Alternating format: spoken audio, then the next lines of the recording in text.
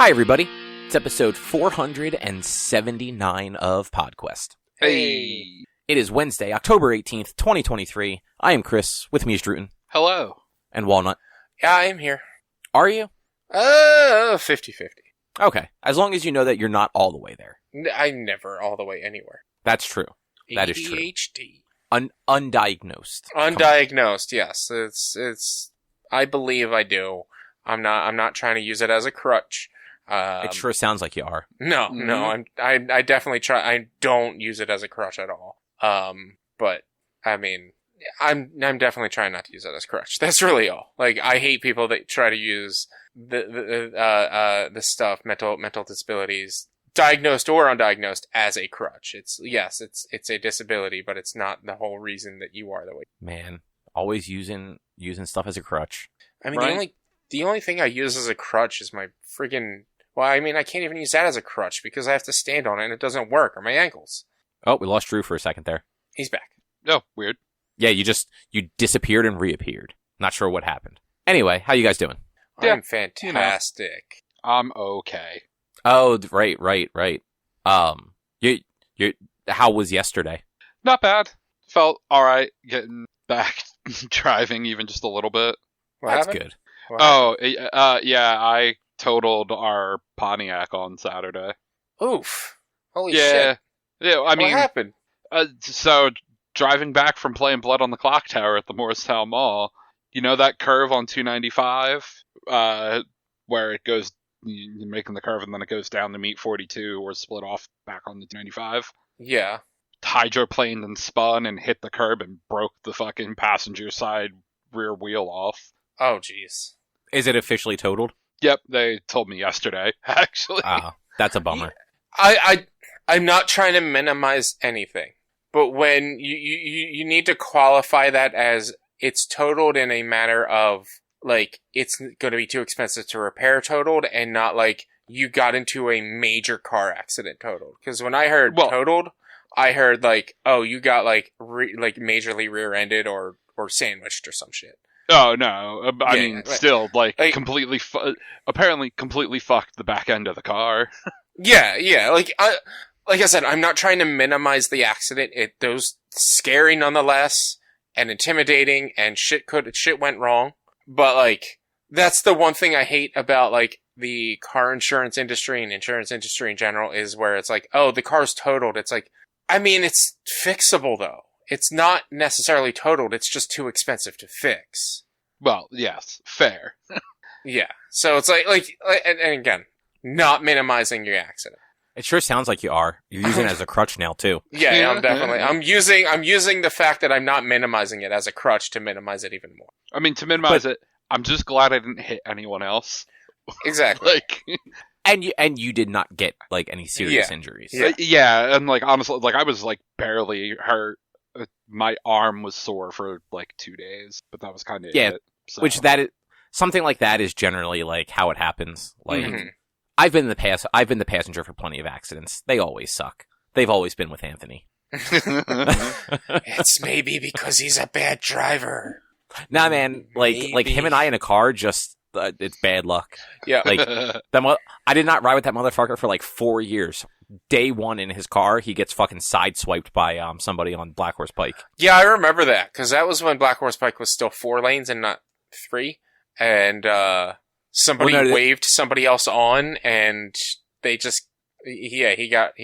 I remember that accident, because we were coming from Mount Ephraim to, like, Runnymede, and somebody was coming out of one of those gas stations, and the person on the right side waved them out, even though that's not how that works on a 4-lane road. That person should have still looked before trying to hang a left. Yeah. And I probably got a mild concussion that day, because they hit the door where I was. Mm-hmm. But, it happens. I walked away from it okay. I was a little sleepy, that's all. Yeah. I've been sleepy ever since. I can't. Can't be connected. No, definitely not connected. No concussion. Yeah. No, you're fine. No, I was telling you I guess it was yesterday, Droo, that, like, almost the same exact thing happened to me, just not in that spot. I was coming to the 42 exit for, like, the Deptford Mall, where, like, when you get off of it, you can go left to the mall and right to, like, the Walmart shopping center. Mm-hmm. and I probably hit it a little faster than I should have, but like I didn't hit it at like 65, like the speed limit. Right. And the road was just wet, and I didn't realize it, and definitely like hydroplaned up the curb and like busted.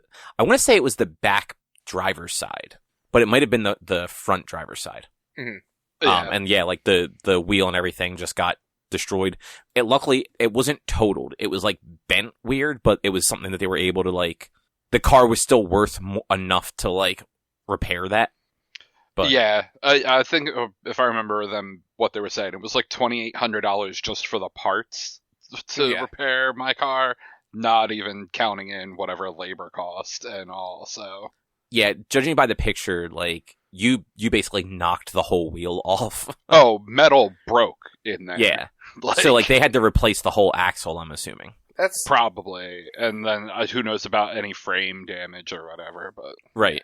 That's like what happened to the first car Eric was driving, which was a car shared between him and my mom. Was like a Buick something. It was was it a Skylark? Something like that. Yeah, it was was a little. It was it green? I thought it was like bluish, if I remember. Oh, I remember that maybe car. It was like a tealish green. Yeah, it was like a darker or whatever. Yeah. That was actually shared between my mom and my brother. It wasn't his. It was his and hers, but he got to drive it more because she didn't really drive. He was going into work one day at ShopRite, and this wasn't hydroplaning because he was ice and snow, and he was a 16-year-old kid or a 17-year-old kid being forced to drive in the snow for his first time. Spun out on the curve into that ShopRite. You know how there's that turn that goes around the little lake. Oh, right. Yeah, I think he was going around that, and he was taking the turn, and he finished the turn and kept going sideways, and they totaled the car because his wheel basically came off, similar to what happened to Droo. I want to say it was like winter 09 that we had like those two, like, if they weren't blizzards, they were damn close, like almost back to back. Do you guys remember that? Uh-huh. Yeah. Hang on. I've still like got just enough cough that it's super annoying. But anyway, that year I had a Celica, which is a tiny car. Very low to the ground, very poor handling, especially when there's snow on the ground. And I had to work at Petco, and the store wasn't closed. So it was I want to say it was the second snowstorm. So it was like, there was still like all the mounds of snow, like the roads were mostly fine at that point because it had been a couple of days, but it was still like, there was a lot of slush and ice and stuff still just out. Right. And then we got hit with that second snowstorm. I left for work 2 hours early because I knew I was going to have to do like 20 the whole way there. Because like, even doing 20, that car was fishtailing. It handled so poorly. And I finally get there. It took me about an hour 15. I get into the parking lot and my fucking boss calls me. And like, my boss at Petco was actually super cool. And he literally I pick up the phone. I'm like, hello? He's like, hey buddy, where you at? I'm like, I just got in the parking lot. He's like, oh, well, I was going to tell you to just stay home because we're going to close early. But if you're here, you can come in and help us clean. Jeez. I mean, and that's the thing. Like, at least he told you. Like, I would have been so mad if my boss turned around and was like, I was going to tell you to go home, so just go home, even though you're here. But at least he's like, we're going to close early, but you know what? Come and help clean, and probably we'll get you out. And we'll get you out early for sure. Yeah, and like, we still, like, I think I was there for like 3 hours. Like, yeah. We had no customers. Like, the weather was getting worse. It was basically like, we were just straightening up the store for 2 hours and then started doing like the closing stuff. And that was before I had gotten promoted. Right? Yeah. So actually that might have been 09 into 10 now that I think about it. But either way, yeah, it had to be because I didn't start working at Petco until summer of 09. Right? Right. Yeah. Summer of 09. So yeah, this was early 2010 then when that snowstorm happened. But yeah, like, it was miserable driving in that both ways.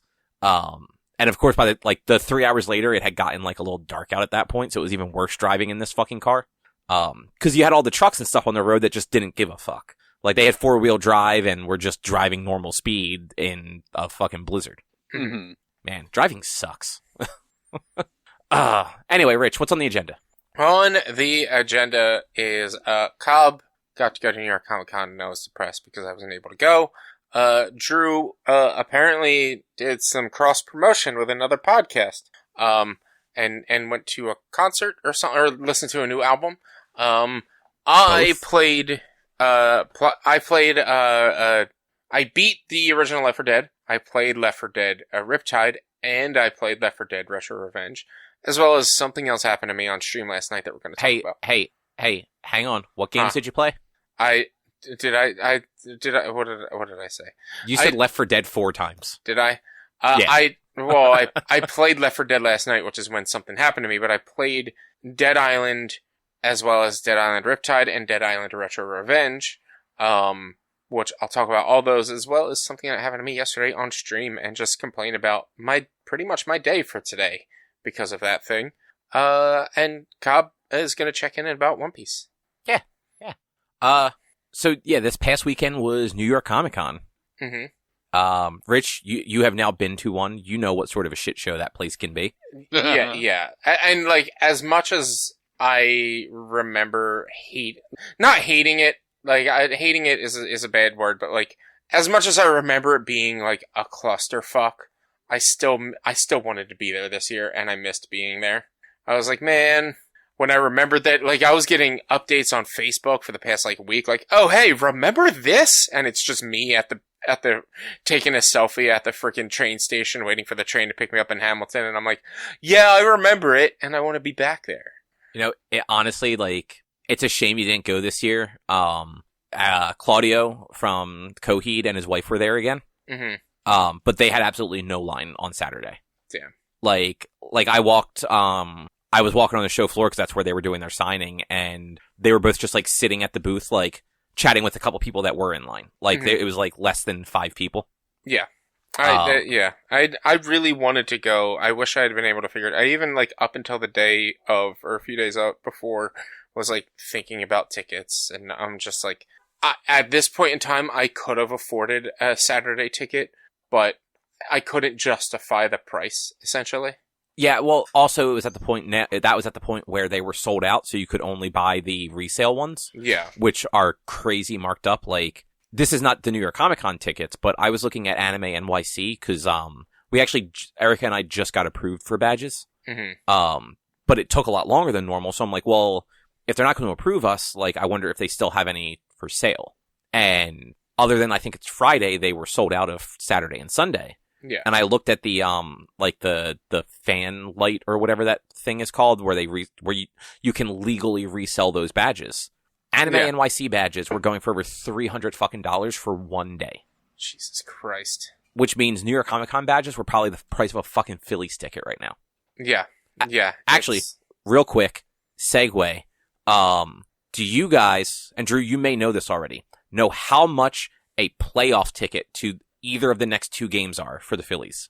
I mean, not in Philly, in Arizona, the next 2 games. I did see some of this headline, so I'll abstain for now. Rich, how much do you think those tickets are? Oh boy.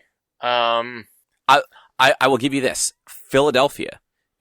So I looked at the last series, at the last 2 games of them against the Braves. Standing room at Citizens Bank Park was about $500. The 400 level was about $400, and it just got more expensive from there. So that was the end of the previous round. Mm-hmm. How much do you think the tickets are in Arizona for the next 2 games? I'm gonna say at least a good $1,000. You are so far in the wrong direction. It's insane. You can get a ticket for $18. In Arizona? Yeah. It would be cheaper to fly to Arizona, get a hotel for the night, and go to the Phillies game than to go to either of the games in Philadelphia. Why? Well, have you ever heard of an Arizona Diamondbacks fan? I mean, true, but I've never been to Arizona, so... I mean, part of it is, I know the next game is a day game, so it's a day game on a Thursday, so people just can't go. But B, like Cobb said, have you ever heard of a Diamondback fan? I don't know if you saw a clip going around. Apparently, Arizona had their sports reporter out at Citizens Bank Park last night, and they did a cut away to him and to how are the Diamondback fans' experience there? And the guy's like, we've been here looking for 2 hours, we haven't found one. There are none here. I mean, if I were a Diamondback fan, I'd be glad I wasn't at yesterday's game. Like Either of them, really. Yeah. But also, another side tangent, the NLCS is also on Max right now, too. Oh, interesting. Mm-hmm. I found It's that out okay, yesterday. I'm not allowed after to the watch. Yeah. Yeah, I thought that was wild that the tickets were that cheap. I do take slight umbrage with it's cheaper to fly there. It's not right now. Are you sure? Yeah, I looked. Oh, did you really? Yeah, guess what the cheapest plane ticket to Phoenix to get there tomorrow is? What? Like $600. So, but, excuse me, if you could get very good seats for that Diamondback Phillies game, it might still be cheaper than the same seats at Citizens Bank Park.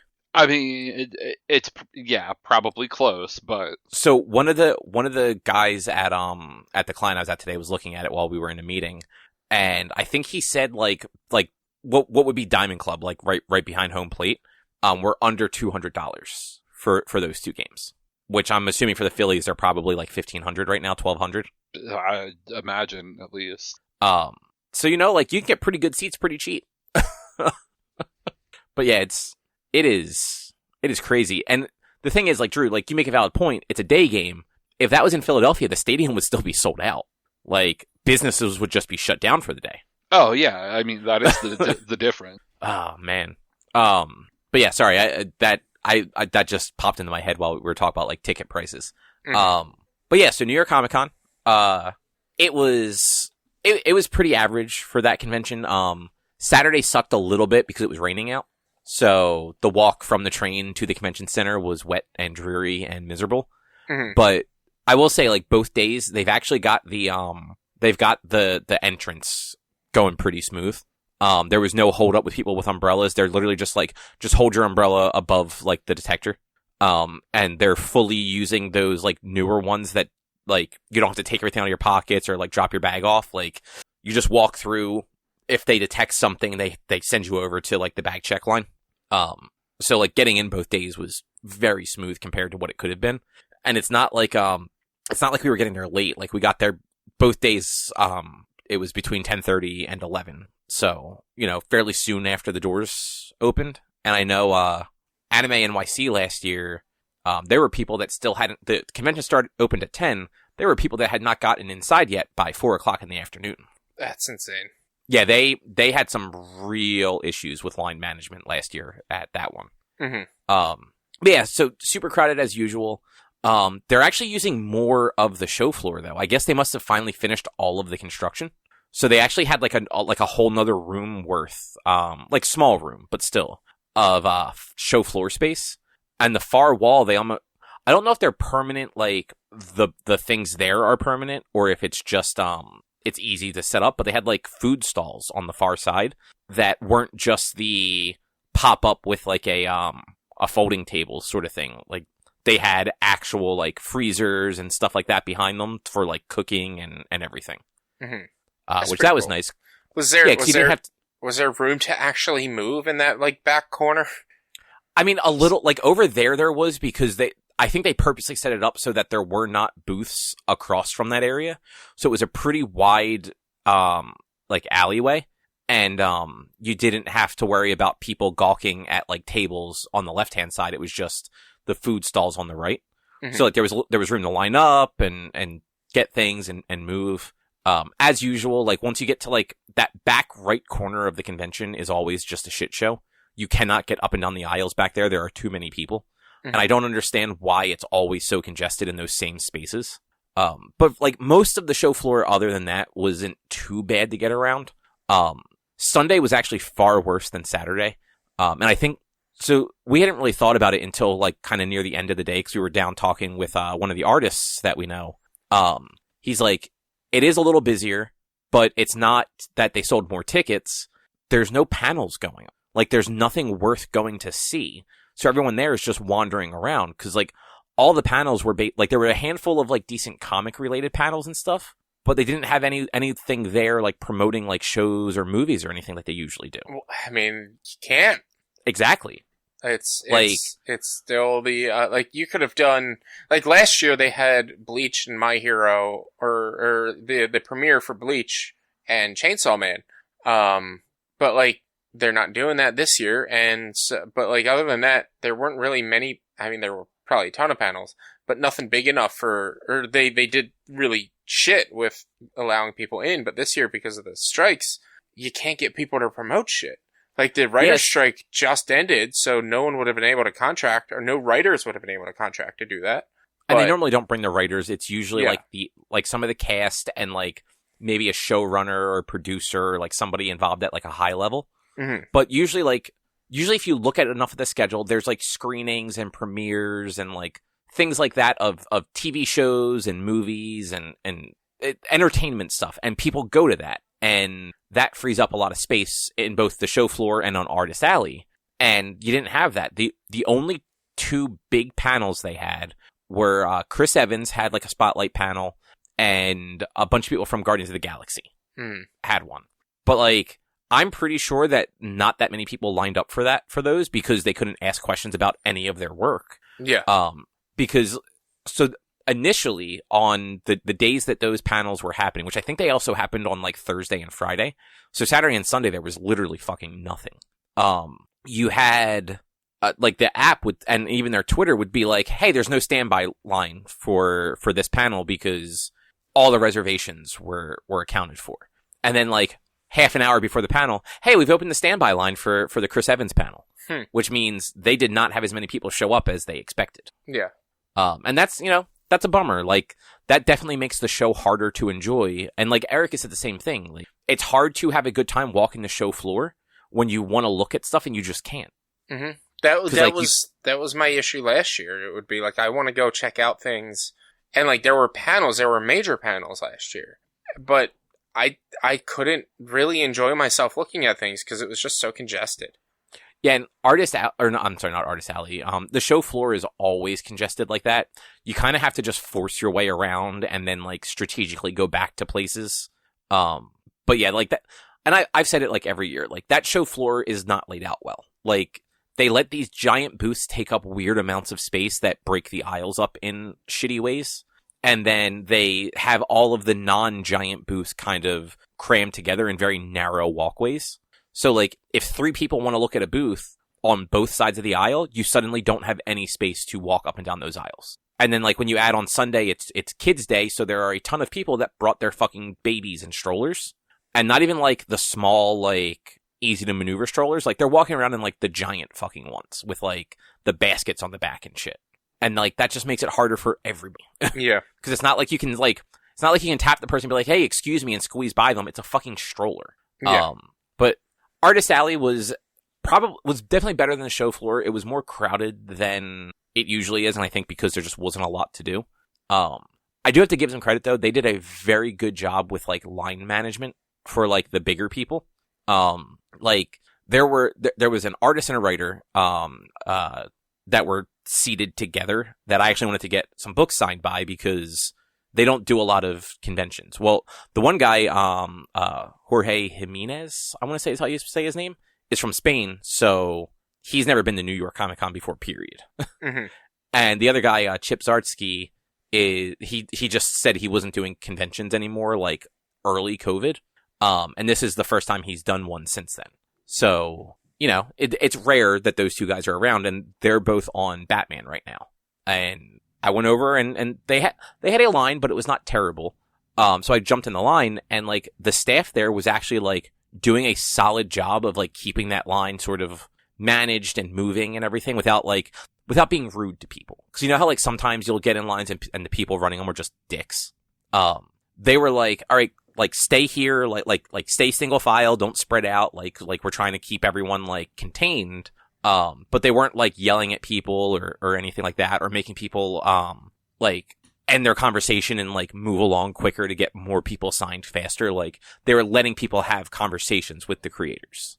And that's gotta give them credit for that, because that's not easy with the amount of people that were happening. And their table in particular, they had like so there was like a line in front of them, and that was like, you take your books to each of them and then off to the side. And then they were on, like an end unit table. Mhm. So then they had like the line next to them kind of went up and back once with maybe like 10 people per side. And then the overflow was like on the other side of the aisle, like in the back corner. So they literally had 2 staff people literally like yelling and holding up fingers for like how many people to send over. So like it was not easy on them, I'm sure. Yeah. But like they kept it contained and they kept it moving, and like for how many people were in the line, I didn't have to actually wait that long. That's And I also not too bad.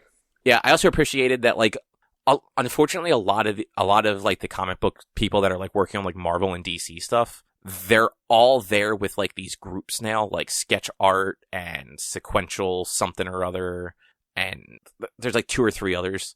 And because these companies basically like do the booking for them and kind of take care of all like the heavy lifting, they have no choice but to charge for signatures unless they're a big enough name that they can just tell them to go fuck themselves. But like some of these guys are just like, yeah, I'm only going to like, if you want it personalized, it's free. Like if you want me to like write your name on there, like I'm just going to sign it for you. If you just literally want me to sign my name, I'm going to charge you $10. Because in a lot of cases, like if people are coming up there and they just want the name across the book, it's because they're going to go sell it on eBay. And they're going to sell it for a whole lot more than the $10 it costs to get it signed. But if you're asking them to write a name on it, like it's either for you or it's for somebody that you're giving it to. Like it's not going up on eBay personalized. So like complaints aside about like overcrowding, it was still a good time. Like there's always fun stuff to see. I ended up buying like a new Gundam model because it was cool looking. I mean, Gundams are cool. Yeah. And I saw this there was this one vendor that I'm sure it's super common and you can find it on like Etsy or something, but he did art with nails and thread. So like he would like sketch like a picture on like a piece of wood that like he cuts and stains and everything. And then he would cover that sketch in nails and then wrap thread back and forth between all the nails to make a picture. Yeah. So he had like a Bulbasaur, the Ghost Pokemon, he had one that was actually, it was the Three Musketeer Mickey. The Ghost Pokemon? Yeah, like I'm sorry. Well, the Gen 1 Ghost Pokemon, like he literally had like Haunter, Ghastly, and Gengar. Okay. That was such a generic statement. I'm like, there's probably at least 100 Ghost Pokemon at this point. You got to be more specific than that. When you say the Ghost Pokemon, everyone knows Ghastly, Haunter, Gengar. No, because you first said Bulbasaur and then you said the Ghost Pokemon, which my brain went to Mimikyu. So that's a fucking random one for it to go to. I mean, why would it not go to other Gen 1 Pokemon? Why would it go to other Gen 1 Pokemon?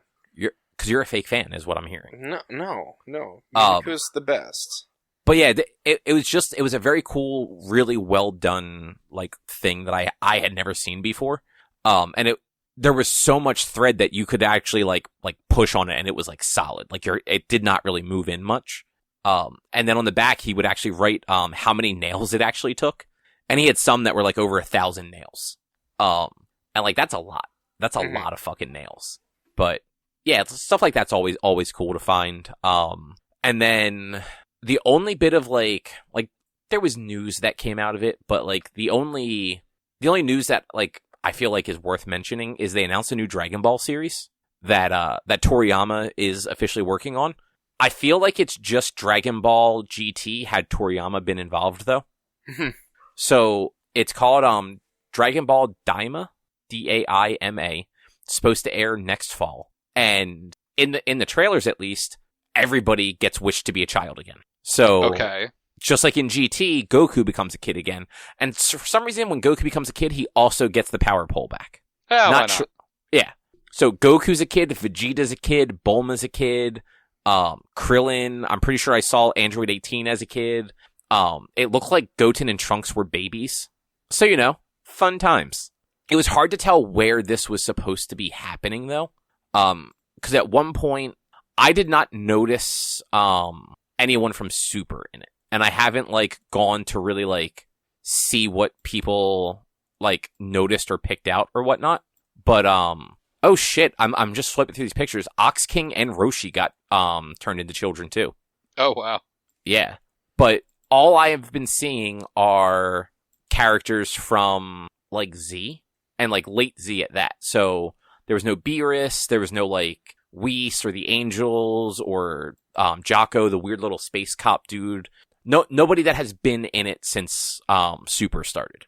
So I'm wondering if this is a continuation or just like a weird little side series that takes place between Z and Super. I think it's gonna be a nothing burger. Like, I think it's just gonna be a chibi Dragon Ball Z. Like, it's not gonna be part of the main story. It's like, well, at least the animation looks pretty cool. And like the only late game characters you see are Kibito and Supreme Kai, who are also children. Yeah. So yeah, I'm curious to see what this is, because they also in the trailer they showed I'm assuming it's the villains watching like old video from the Boo Saga with with Bobbity Deborah, his like demon king like subordinate, and like Fat Boo and stuff like that. So I'm thinking this is like close to right after the end of the Boo Saga. It's gonna be time travel. It's gonna be alternate timeline. They watch and see what happens and try to find a way to stop it. And to do that, they get the Dragon Balls and summon them all to be children. Because besides just summoning them all to be dead, summoning them all to be children is probably the best answer. Stupid villains. I mean, look, they've tried that before. Oh, okay. There's even a character from the original Dragon Ball that shows up in the trailer. One of the people that they battled during the one of the early tournaments.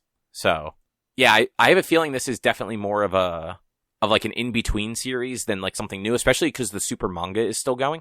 They're actually adapting the superhero movie right now, which is a bummer, but they're at least changing it up a little bit. Just not enough because that movie was kind of bad. But I am curious to see how like what this ends up being. Just people really hate Dragon Ball GT, and like I get it.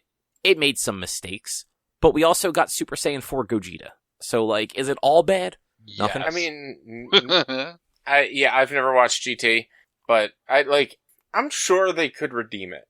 They could probably redeem it. GT is not great, but it's not great. And in a lot of cases, I think it's because Toriyama was not involved at all. So it was a bunch of people that, like, didn't really know the heart of the show. And the first half of GT is much more of it's trying to be Dragon Ball in an era when Dragon Ball Z has already happened. And then when that didn't quite catch on, it went back to Dragon Ball Z, but they couldn't undo all the stuff they had already done. So, like, all of Dragon Ball GT, Goku is a child. But he is still the most powerful person. Like, it didn't revert his power. He can still become a Super Saiyan. When he does unlock Super Saiyan 4, it makes him an adult again. But, like, some of the enemy concepts were neat. Like, the plants, I think they were called, they were basically like the other people that were on planet Vegeta that the Saiyans wiped out. There's one left, and that's Baby, and he comes to Earth after Goku ends up on his planet during their look for the Black Star Dragon Balls, and just starts taking people over. Which is, you know, very much what happened in the Boo Saga with Bobbity turning people into like his like subordinates. Like Vegeta gets taken over because of course Vegeta got taken over. But Vegeta's also less cool in GT because he has like a buzz cut and a mustache. But yeah, this one could be interesting. And I guess we'll find out next fall, right? Yeah, next fall. But yeah, other than that, it was fun. It was a fine time. They had some comic book panels, but nothing like major really came out of that stuff from what I saw. I didn't end up going to any of them because they were always at like slightly inconvenient times for what I was already doing. Of course. And they moved them all to like the upstairs. So it's like the third floor. And it's like a bitch to get up to if you're in Artist Alley or like anywhere downstairs. Because you have to take like 4 different escalators, and you generally have to take them in different parts of the building to get up there. Like there's not like a straight path to get to that section. Yeah, I hated finding the panels last year. Yeah, they used to be like, the big ones were in like big rooms, which made sense. But a lot of the other ones were down in like the lower level in like some of the larger rooms they had there. And there are some pretty big rooms down there. Mm-hmm. But I guess that whole section up there is new. Like they did like a whole remodel of that. So I guess that's why they keep using it. But it's super inconvenient to get to. Yeah. And I actually forgot it was there. And I missed one panel I did want to go to because I couldn't fucking find it. Yeah, makes sense. It took me a bit to find the Robbie Damon thing last year. I was like, I don't really know where I'm going. And it's like, oh, you have to go over here and then climb this escalator and then circle and then like go over there and climb that escalator, circle around and climb another escalator. And now you're like super high up, in this just conference area. and hopefully you find the right line to get into your Yeah, panel. they did do that better this year too. It wasn't that weird, like, 4 queue lines that just fed into all the rooms. Mhm. Every room had like a big banner outside of it that said like what panels were happening in those rooms. And they had staff at like every like entrance that you could just easily walk up to and be like, hey, is this the room where such and such is happening? Is there a line? Like, what line do I have to get into? Yeah. But yeah, like there was one panel I did go to up there. It was like a author spotlight with the guy who does Dresden Files, Jim Butcher. And right after that, there was a signing with him all the way downstairs, like in the lower level, with a 15-minute gap between them. It is really hard to get from that upstairs to all the way downstairs in 15 minutes because of just the sheer number of people. Mm-hmm. But yeah, other than that, it was a good time. I will probably keep going because why not?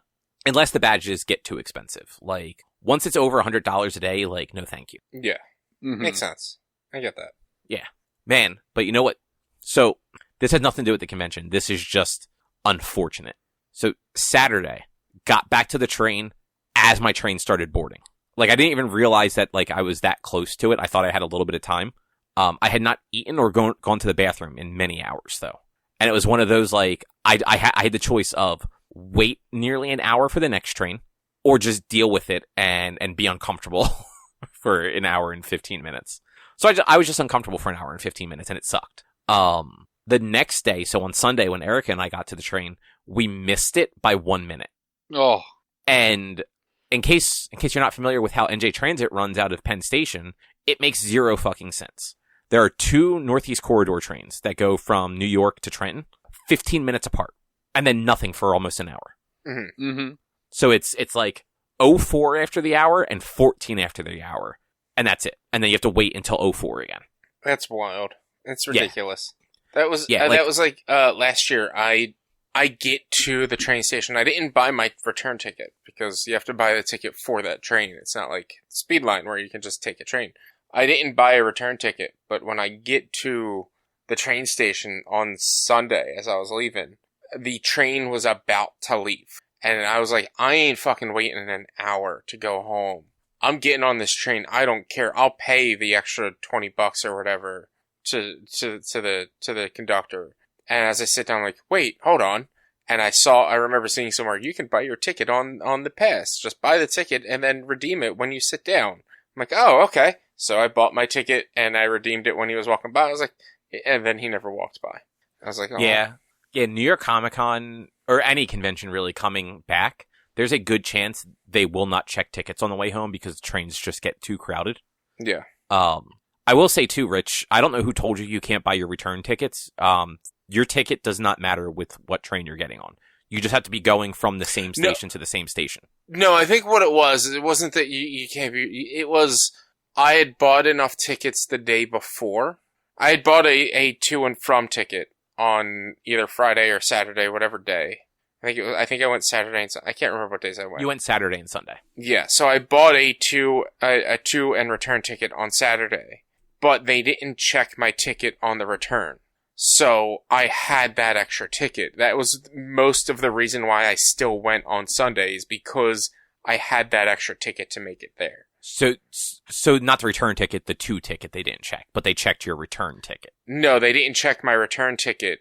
On Saturday they checked my to ticket, but they didn't check my return ticket. On Sunday they checked my to ticket, but then I had to buy a return ticket, and they didn't check the return ticket.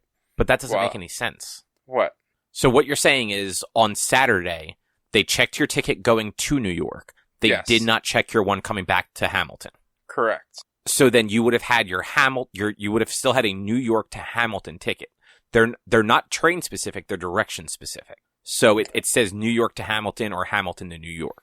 I don't know. Whatever it was, I had an extra ticket. Then maybe it was the other way around. They didn't check my to ticket, but they checked my return ticket on Saturday. I don't remember, but whatever it was, I had an extra ticket into New York. And so that's the only reason I went on Sunday, is because I had that extra ticket. That was it. Which that's fair.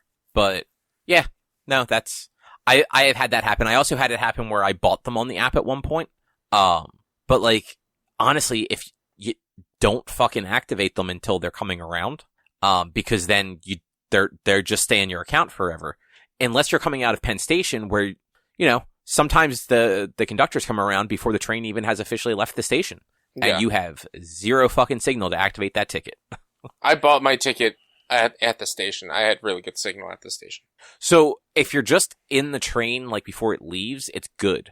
As soon as this train starts to pull away though, and you're just underground, like cell service is non-existent. So you have that, like, depending on how early you get on the train, you have like a few minutes to do stuff. But like, I've gotten it where like I got on the train right as it was pulling up.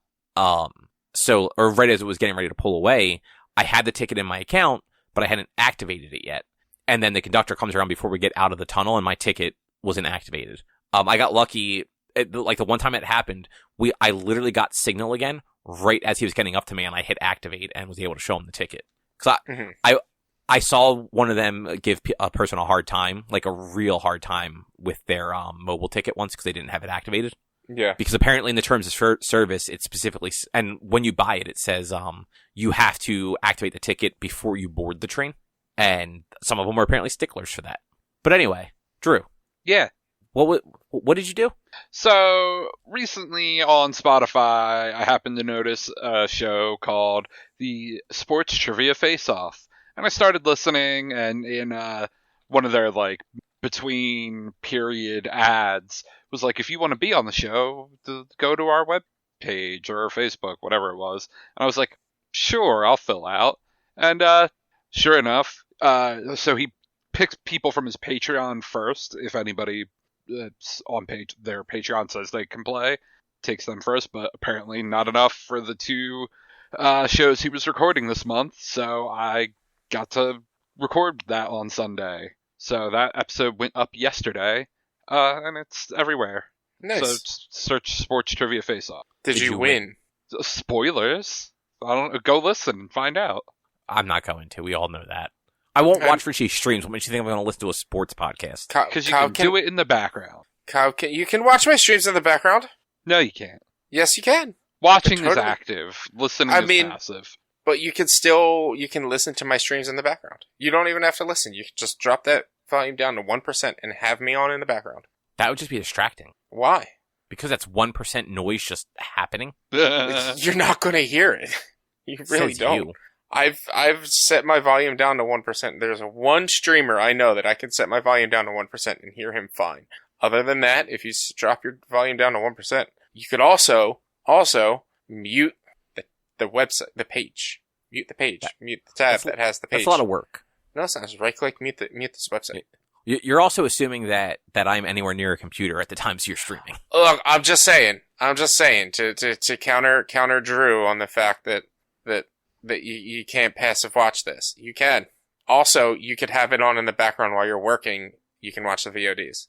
No, I'm listening to podcasts. Well, then you can also listen. You can have Drew Richie, do a podcast, and maybe I'll listen to that instead. I do a podcast. It's called Brose. Wow. What? Wow. What? You go with the other one first? Why would I say the one we're actively on? Why wouldn't you? Because I'm not trying to get people to come listen to this, because they're already listening to this. Psh, this guy. But, Drew, what was the name of this podcast again? The Sports Trivia Face-Off. And did you win? Did you win? It was close. So, okay. Did you lose? It was close. I feel like he'd be bragging if you won. I mean, he might be trying to do one of those, like, a gentleman never tells kind of thing, too. Come on, Drew. You're the person who says, fuck spoilers. Who cares about spoilers? He's got you there. It's fair. All right, I lost. It was close, though. It came down to the shootout round, and I got the first of the three shootout questions exactly right, so I had the chance to make the comeback, but then the other two he wound up closer on, so he held on for the win. But looks like I don't have to listen because you told me the ending. That's how spoilers work. Gotta work on your sales pitch, Drew. I mean, it's not my podcast to sell, so I mean. But no, that actually sounds cool. Yeah. Yeah, it's a fun show. Like I said, it randomly showed up in my Spotify, like recommended, and because I didn't know what to listen to, and I'm like, let's listen. And I was like, oh, you know what? This is interesting. And like I said, he put thing out for casting for it or whatever, people to be on. I was like, oh, sure, why not? I'll try. And hey, you didn't come in last, unless there were only two of you, in which case, yes. There are only two. Oh, man, you came in last place. I came in second. Second place is still last place when there's only two of you. Best of the worst. It's the best of the worst. Yeah, you're still a loser, Drew. No, but like honestly, I have looked at that sports trivia that like you and Anthony do, and like you definitely know like some obscure fucking sports facts. Oh yeah, for sure. I definitely wound up. So you pick a category that is vaguely named, and you kind of have to assume you know what the actual questions are going to be about once you've picked your category. And I wound up kind of on the short end of categories in the 2 rounds that I picked second. And I was like, probably would have done better with the category the other guy got, but I didn't have the option. Which, that is definitely part of the game, right? Mm-hmm. But yeah, no, that's cool. And then apparently I've heard tell that you also like music. Yeah. So Beartooth put out a new album on Friday. It's fucking amazing. I cannot recommend it more. Legitimately, it's like instantly jumped up to one of my favorite albums of all time. It's like not an emo album, but there are fucking sure songs on there that have made me cry. Well, they're like screamo, weren't they? Yeah. Like I don't actually know what they actually fall under because they're not quite metalcore. They're like hardcore. Okay, yeah, like that, like melodic hardcore, like post-hardcore sort of. Yeah. Although this album has a couple songs that are just kind of more straight, like a rock song. Not really screamy or anything, but there's even like one acoustic song in there. It's a really good album. It's definitely a very positive outlook album. I guess with like the exception of like one song is kind of very like a little on the darker side and like, okay. I was like, ooh, right in the feels. Thanks, Caleb. Understand what you're feeling there. But yeah, the last song especially just fucking really hit me. I did not realize Beartooth was like spun off from Attack. Yeah, so Caleb had to quit Attack because of his clinical depression. Oh, wow. And basically every song he's ever written since then, in some way, shape, or form, is about his depression and alcoholism, which he's become sober recently. And I believe Riptide, which is third song on the album, second or third song on the album, he has said is the first song he wrote after he quit drinking. And that song's like about like, okay, I'm done talking about the shit that has been bad. I'm going to be better. I mean, good for him. Yeah. Are you going to go see them in January? Yeah. The only question is, am I paying the $170 to do the VIP or not? You probably will. Sarah almost definitely will. She actually bought two separate copies of the album because she got I want to say they put the album up for pre-order and then like a week later put up autographed copies for like $20 more. And it was like, well, I already have the pre-order for the one, and now they have autographed copies that are a different variant. And she was like, I'm just going to buy another copy. Oh, so I guess Sarah heard me from the other room. It was 2 days later they put up the autographed copies. Oh, wow. So, and yeah, it wasn't like it was an insane price jump for the autographed ones, so. Yeah, did you get a pre-sale code for them? I did. Okay. Yeah. I got one earlier today, so I was gonna, if you didn't have it, I was gonna send it to you. Yeah, I have it. I actually might as well. I'll probably jump on that after we record, because I forgot they were already up for sale. Oh, I have a different pre-sale code that is going on now. Oh, okay, yeah. I got one from the Bowery, and it's tomorrow from 10 to 10. I got one for listening to them a bunch on Spotify, and I want to say it started yesterday, but I didn't get paid yet, so. That's fair. Yeah. We are already going to a concert that day, so. Who are you seeing that day? I don't even know what day it is. Like, I just know they announced it. It's January 23rd, and we're going to see Meet Me at the Altar. Okay. And, like, already bought those tickets, so. Yep. But, yeah. I like Beartooth. Like, I don't listen to a ton of their stuff, but, like, I've never heard a bad song by them. Yeah, I mean, really, kind of all I've listened to is this album. I've gone back and listened to like a couple others older songs, but this album's just amazing. That's good. Glad you're enjoying it. Yeah. Rich, what's your favorite Beartooth song, Rich? Oh, you know that one. Drew just named like 4 of them, man. Pay attention. Yeah, it's that one that he mentioned. Which one? He named 4. The one that he mentioned. Somebody was spacing out. Yeah. What's the name of the band again? Yogi the Bear? Walnut, listen to Might Love Myself. It's really fucking good. He's But I already don't. forgotten. I don't love myself. Well, you might. If I You might don't after already... after you listen to this song, you might. I don't know. If I don't already, will I? Probably not. Probably not. And then how was the Don? I don't. Is it Brocco? You know, they never say. I can't remember them saying. They're also British, so I want to say it's Brocco. But I did not realize they were British. yeah, they're British. It was a lot of fun. The home team is also very good. They were one of I've the heard them a openers. couple times. Yeah. The very first opener was amazing. The Color 8. People go check them out. They are like, they had some songs that are like hip hop rock fusion, and then would go into like straight fucking just jazz instrumentals, and they're incredibly talented. They were super awesome. I will definitely try to see them as much as I can. It's funny. Like I was about to say that name sounds really familiar, and I realized you were talking about them earlier today. Yeah. Oh man. Guys, Yeah, did you see Dragon Force's new song? No, I don't like Dragon Force. It's, they literally dropped the video today. It's Power Oh, of right. the You shared it in Triforce. Discord. Yeah, it slaps. Is it just like like a remix on like the Zelda tune, like the I mean, it's their own thing, but like they mentioned the Master Sword, they mentioned Zelda, they mentioned like it's a song about Legend of Zelda, but it's not using Legend of Zelda music to it. At Okay. least I didn't hear any of it. Well, that's cool. Yeah, they are very talented musicians. I've just never really enjoyed them, but like their guitarist is incredible. Yeah. Yeah. I went and saw First and Forever yesterday. That was a fun time. At one point they're like it's like their 3rd or 4th song on the set, and the singer's just like very much like opening band thing. He's like, so our drummer doesn't think anyone here is going to know any of our songs. So who here has never heard of it? And you know, like it was underground art, so there's not that many people there for the first band to begin with, but like a bunch of people raised their hand, and then he's like, all right, so who has heard of us? And like there were definitely more people than not. He's like, all right, so this song is for all the people that don't know who we are. It's a song you're all going to know. What we call it in the music business is a cover.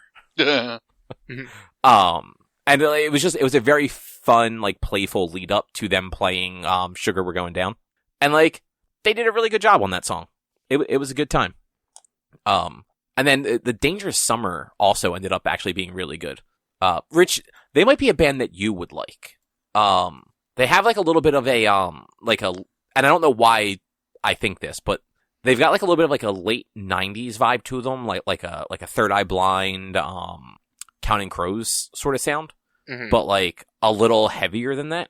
And just based on some of the stuff I know you listen to, like some of their songs might be up your alley. Not all of them. Definitely not all of them, but like some of them, like you might find like ones that you want to put on like your like playlist or like songs or whatever.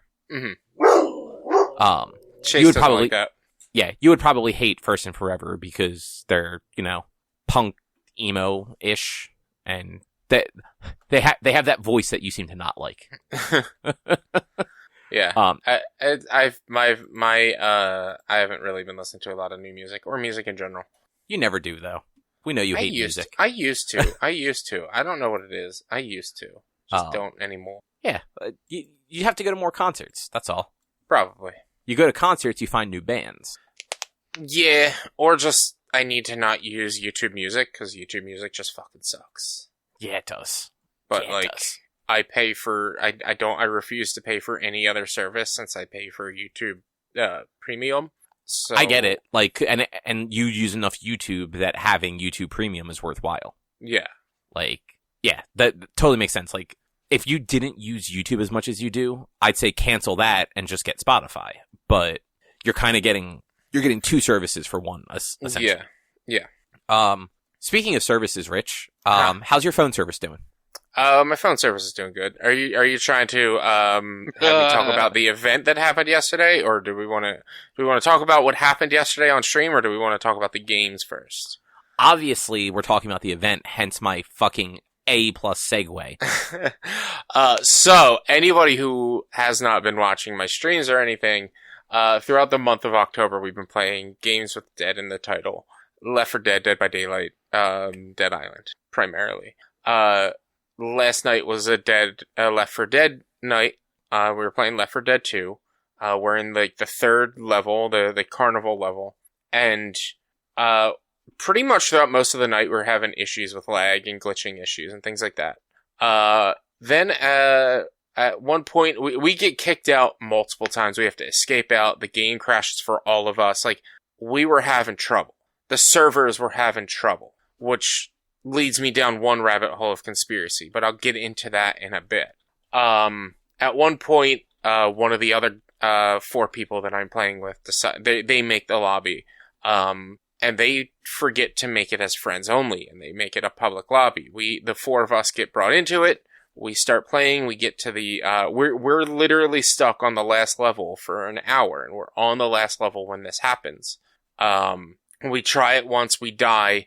It loads us back to the beginning, and we're having major lag issues. Major lag issues. One of us gets kicked from the group, and then within less than a minute of that person getting kicked from the group, somebody jumps in. And the person who's trying to rejoin is like, somebody came in, you guys have to kick that person. But in the time that this person comes in, and I leave the game, is 12 seconds. And in this 12 seconds, by second number 12, they start posting I specifically say my legal name because I go by a nickname that everyone goes by with my name, Richard. They post Richard, not Richie. So they post my legal name, my home address, and my phone number into the game chat of the game, like 3 or 4 times. I notice it right away, and I go, and by the time I notice it, it's already on like 3 or 4 more times. I escape out, I exit out, I tell everyone, like, leave that game now. And I'm like, they're doxing, they're sharing my information, leave it now, leave it. They all get out, and yeah, I got doxed while live on stream to an unfound number of followers, because I have 404 followers. Yeah, I get doxed. Humble brag or something, man? No, I was making the fucking joke. I literally have 404 followers. So anytime I talk about my followers on stream right now, I'm like, I can't find you guys. I don't know how many there are because it's 404. But within, I'd probably say a minute of me leaving out of that, I'm getting a private call on like a blocked number on my phone. And I'm like, I mute. For some reason, I decided, let me try answering it. So I mute and I answer, and they hang up immediately. And then within 5 minutes, I get another one. And the same thing. I answer, and they hang up immediately. Over the course of the next hour, I'm getting phone calls every 5 to 10 minutes. And I'm ignoring that. But I'm like openly saying, like, yeah, they're calling again. I, at this point, am freaking out. They were coming for you. What's that? I said they were coming for you. I'm convinced they were watching my stream for sure. So they targeted me specifically because on my Steam account I have my Steam name _TTV, because that's what some Twitch streamers do. They'll put TTV so that people they're playing with or people they're playing against can come and watch if they want to. Can hang out on their stream if they want to. It's just like a further form of self-promotion, basically. So I have that as my tag. The one other streamer I was streaming with, he doesn't, and 2 other people aren't streamers, so obviously they don't. So this person saw the TTV and targeted me. Many conspiracy theories as to what happened. I'm half convinced, I know it's very unlikely, I'm half convinced this person was DDoSing the servers and ended up getting somebody kicked and just happened to get into my game, which is why we were having server issues, connection issues, and we continue to have connection issues even after we kicked them out and recreated the servers and everything. It's I am sure if you asked Valve about Left 4 Dead, their response would be, huh? Yeah, they probably wouldn't know. And I meant to contact Steam support to see if they could help me out with it, or to tell them what happened. I did report this person. Their name at the time was Mr. Clean, and at this point their name is just like a bunch of fucking numbers, like 13 numbers in a row, like a long string of numbers. But I did report them and I blocked them. I changed my password on Steam. I deleted my credit card information on Steam. I haven't done anything else. And then today, before we started recording, we were recording a half hour later than normal because I wanted to do a test stream to see if I got any phone calls. I didn't get any phone calls during this test stream. So as far as we know, the person doesn't follow me or isn't tracking me, but we'll see if they followed me on social media or anything else and are tracking when I post, when I go live on there, because I didn't post today when I went live.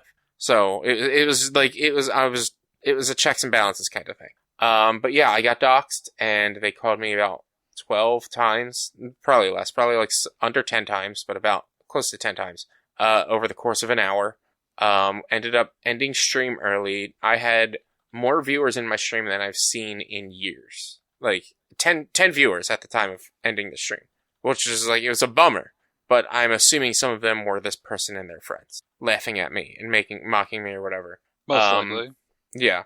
So yeah, I who knows what happened. I'm convinced that they have some sort of program that can dig into somebody's Steam profile and pull that information, pull that information going through the Steam backend and getting my address information through my credit card information and getting my phone number through the 2-factor authentication, on Steam. I don't know.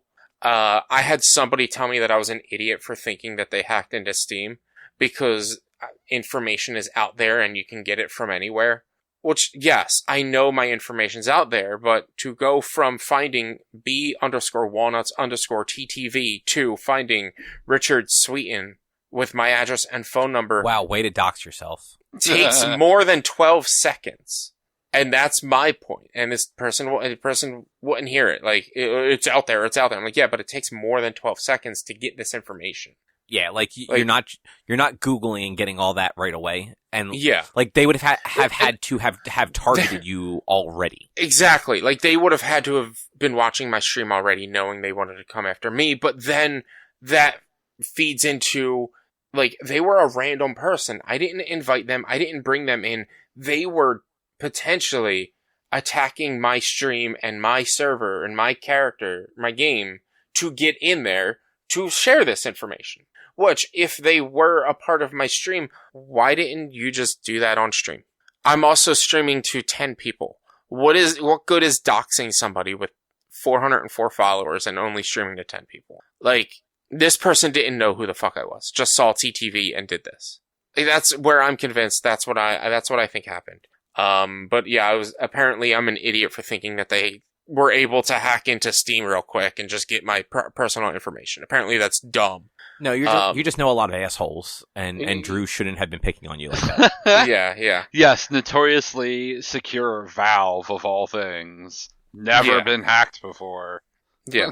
It's apparently impossible to think this, and 12 seconds. Like that was my biggest point, was 12 seconds. I went back and watched and counted 12 fucking seconds it took them to get this information. There's no way they looked it up online unless, like you said, they were watching my stream. It's just dumb, and it fucking scared the shit out of me. I have a hyperactive, reactive, and potentially or not potentially, but occasionally what's the word? Overactive imagination? Violent. Well, yeah, that's my imagination. I'm talking about Chase. Can have potential violent tendencies in high stress situations, to where, like, my brain was going, what if this person would find it funny to dox me? One of the people who live in my house is a person of color. Or not dox me, to swap me. One of the people who lives in my house is a person of color. I have a highly active, reactive dog. Like, what if something happened to them because of this bullshit? What if somebody would have found it funny to waste people's time, to swap me because of, I don't know why. Like, it's just dumb. It is so dumb. And, like, I mean, I agree with you there. Yeah. So, yeah, it was I literally like pretty much disassociated for at least an hour after it happened. Especially every time I was getting a phone call, I was just like blanking out. Ended stream early and just watched TV for a bit, staying awake. I stayed up until about 2:30 in the morning just to make sure nothing happened. Just to be like, all right, well, I don't see police out now. I don't see police. Like, I was watching out my window more so than I was doing anything else. I want to say, they're probably never going to listen to it, but my friend Skystar, somebody who views my stream, somebody I recently started talking to, Skystar, they helped calm me down and stayed on the phone with me whenever they could to just be like, all right, we're good and everything. And I want to thank them. And then this morning I did make a police report just to have it on record. Like, and this is the best part. And honestly, it's not the best part, but it's probably the saddest part. I didn't need dispatch, so I wasn't calling non-emergency dispatch. I was just calling the police station. It was like, I let them know, like, yeah, I live streamed. You just have them on speed dial at this point? I feel like you call them like once a week. Well, the last 2 times I called them, yes, last 2 of now 4 that I've called them, and I've called the police more in the last 2.5 months than I have my entire life. But the last 2 times were 911 calls because one was at 3 o'clock in the morning. And there's probably no non-emergency dispatch going on right there. And then the other time was, a legit 911 call for a car accident. And the other time was a non-emergency call, and this time was just the police station. And I let them know, like, yeah, I stream video games online, and I had somebody dox me, and I would like to, like, make a public police report just so that this way the information is out there in case anything else comes from it. And she's like, all right, let me forward you to, a dispatcher to so-and-so. I'm like, great. Forwarded me over to somebody. I can't remember. It's like, oh, what's the problem? I'm like, yeah, my name's Richard. I live here. I play video games on the internet and on Twitch, and I had somebody dox me, and I wanted to create a police report. And they did what to you? They doxed me. They put my address out on the internet. Oh, okay.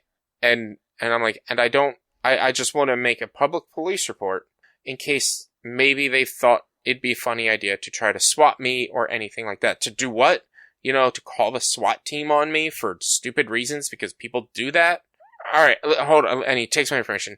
I'll send someone out. Like, you don't need to send somebody out. It was obviously this dude is too old. He had no idea what you were talking and about. had no idea what was going on. Officer calls me like within 2 minutes. It's like, what's the issue? Is this Richard? What's the issue? And I let him know, and he's like, okay. And this guy knew everything. He's like, well, what service was on? I'm like, well, I was streaming on Twitch. He's like, all right, and what was the username of the person who doxed me? I'm like, that person was actually doxing me in the game chat from Steam, and I can give you their Steam account number, but like, I don't know if you're going to be able to find it. It's set to private. And it's like, yeah, just give me that. And so I read off the list of numbers.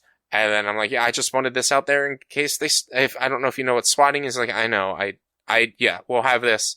They asked I asked them, like, do you need, like, the video of them doxing me? Do you need any other images that I can give you? It's like, if you think it'll help us, like, contact this person or find this person, sure, but it seems like it wasn't a malicious thing. It seems like it was a one-off thing.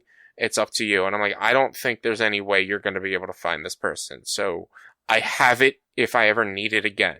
But I'm not going to waste your guys' time and waste our time. I'd have to, first I need to get a jump drive to bring it to them and things like that. So I'm just like, I have it saved. If I need it, I'll bring it to you. But yeah, so it was legit scary. Legit scary. And like, I mean, it sounds it. Yeah. Again, I'm not a big streamer. I know I'm not a big streamer. I know if I ever do get to be a big streamer. You have been doxxed. You're officially big time. I mean, I'm official, yeah. Like, I made it. I've been doxxed. Like, but if that were a thing, I would have made it when I had two followers, because at that point I had somebody try to troll me about some gross stuff, and I was like, all right, and I blocked them. Doxing is way bigger than yeah. But yeah, it was not fun. It was a very scary situation. Drew, do you remember that E3 stream where Dave Lang's phone number got leaked? Leaked, aka tweeted out by his best friend. Yeah.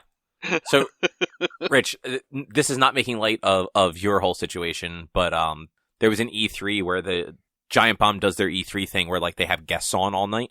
Yeah. And one of their guests, who is like the CEO of Iron Galaxy, was on there with one of his best friends who was a vice president for Disney Gaming Interactive at the time. And they were having a conversation, and he jokingly tweets out his phone number. Jeez. And says that he has just tweeted out his phone number.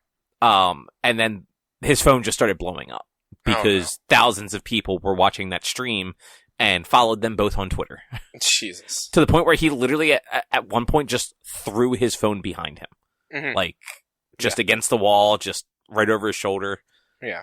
And just, he was done. He was very upset the rest of the night. I deleted the VOD on Twitch. I unlisted the VOD on YouTube so that I could download it. And I still have to delete it from YouTube. But yeah, it is, don't fucking dox people. There's a story going around that, a YouTuber, I can't remember her name, doxed a different YouTuber because the one who got doxed is calling out the doxer for not having good content, basically. Like, so this person's content is quote, reaction videos, but they're not making a big change to the video. They're not, like, actually taking a creative difference in the video. They're just sitting there watching the video, and that's all it is. And so the YouTuber that got doxed is like, yeah, that is calling them out in their last few videos. It's like, look, they're making an actual creative change, and like they're talking about the video, and like you're also not crediting these people that you're watching these videos of and things like that. So the YouTuber who did the doxing was outside the person's house taking a picture and posted it on their Instagram saying, "Hey, we're here. If you've got something to say about me, say it to my face." Oh, I saw this on Twitter like last week or earlier this week. Yeah, it was like late last week or Monday this week, something like that. And it's just like, what the? And then she takes it off of Instagram and creates makes a Twitter statement or something saying that she doesn't know what doxing is and she can't possibly have doxed somebody because she doesn't understand it. Like, what are you talking about? You literally did it. You did the thing you said you can't do. Yeah, people are just the worst. Yeah. But Rich, how was Dead Island, Riptide, and Retro Revenge? So I beat Dead Island 1 on Sunday, and that was fine. It was as expected. It wasn't anything special. These games, even with the definitive editions for Dead Island, Riptide, they did not age well. They are, honestly, from what I'm told, from what I hear, Dead Island is more buggy. Dead Island Definitive Edition is more buggy than the original version of the game, which is just bonkers, but you know what? I can see it. And to be honest, I started playing Dead Island Riptide. I played for probably about 3 hours on Monday. I'm not feeling it. I think it has some legs better, some things that are slightly better than the original Dead Island. For instance, it's got action skills, which means the more you use a certain weapon, the better you get at it, which I think a lot more games should take into account. Like, if I'm going to use melee weapons, I should get better with melee weapons. It shouldn't just be I put a point into melee weapons. I always like features like that in games. But other than that, it feels worse. It feels like it's jankier and it's just not as solid, which I'm shocked that it has good reviews on Steam. Like all-time good reviews, not just recent good reviews. I don't know. It's Dead Island Riptide is just more Dead Island, and the ending of Dead Island really seemed to what's the word? Outlive itself. Like a lot of the like last couple of areas, like the city sucked, which was only the second area. The jungle kind of was boring. And then the final area, which is, like the jungle was like 3 different areas. There was the jungle, and then the second jungle, and then the lab jungle, or something like that. And it was just, it just like outlived itself, and it just did too much and overstretched, and it was just very repetitive. And then the last area, which was the prison, again, felt the same. It was just very repetitive. And like, the game was great up until you leave the resort. And I wish you spent more time at the resort in that game. And with Riptide, it just feels like more of the same. And I don't know if I can do it. I don't know if I can stick with it. There's just there are points in the game where it's a ramp that I'm trying to walk up that I get stuck on the ramp and have to jump over a little bump. I have to jump over the bump to keep moving forward. There's like the collision detection on this game is terrible. There's like overhanging umbrellas that you have to crouch to get under because there's just a little sliver that would be touching your head. And it's just, yeah, I don't know if I'm going to stick with it. However, today I did a bonus stream, like I said, to just see if I was getting any more phone calls, which I didn't. And I played Dead Island Retro Revenge. And that is fun. I enjoyed that one. And what that is it's a side-scroller, a 2D side-scroller, but it's more akin to like a temple run type thing. So your character automatically moves to the right, and you have 3 tracks that you can stand on the top, the middle, or the bottom. And there's obstacles that get in your way, and then zombies that you can punch. And each zombie has a different, what you have to handle each zombie differently. So there's one zombie that looks kind of like a mummy that you have to attack from below. So all of the face buttons, like A, which is the bottom button, is a downward attack. The forward button is a forward punching attack. The top button is like an uppercut, and the back button is attack for your back, is attacking your back. And so each different enemy, you have to like attack them differently to avoid being hit by them. And the goal is to just get the most points while running through the level, across the level. And you can like combo perfect hits. You can send some enemies and things into other enemies. And it's very simple, but very fun. And it has this, like, it's retro, it's called Retro Revenge because it has a retro style. It also, like, you can have a setting to where it kind of feels like watching a CRTV. And one of the weird but cool things about it, I was playing on my primary monitor, and I would look over to my secondary monitor and watching on stream. The CRT TV effect on my game was different than the effect that it was having on my stream. And I don't know if it was because of my monitor or if it's just, I don't know what it was, but the CRT TV like effect looked differently between the two screens, and I thought that was just really cool. It's probably your monitors, but like, hey, as long as it was a cool effect. Yeah, it's really neat. I think Cobb,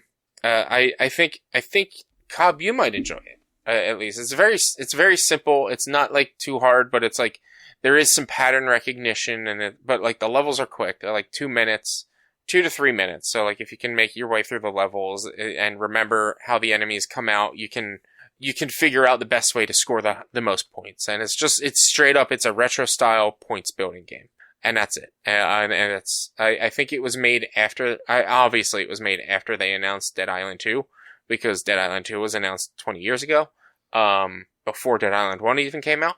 But it was really fun. I enjoyed playing. I enjoyed that more than I enjoyed Dead Island Riptide, to be honest.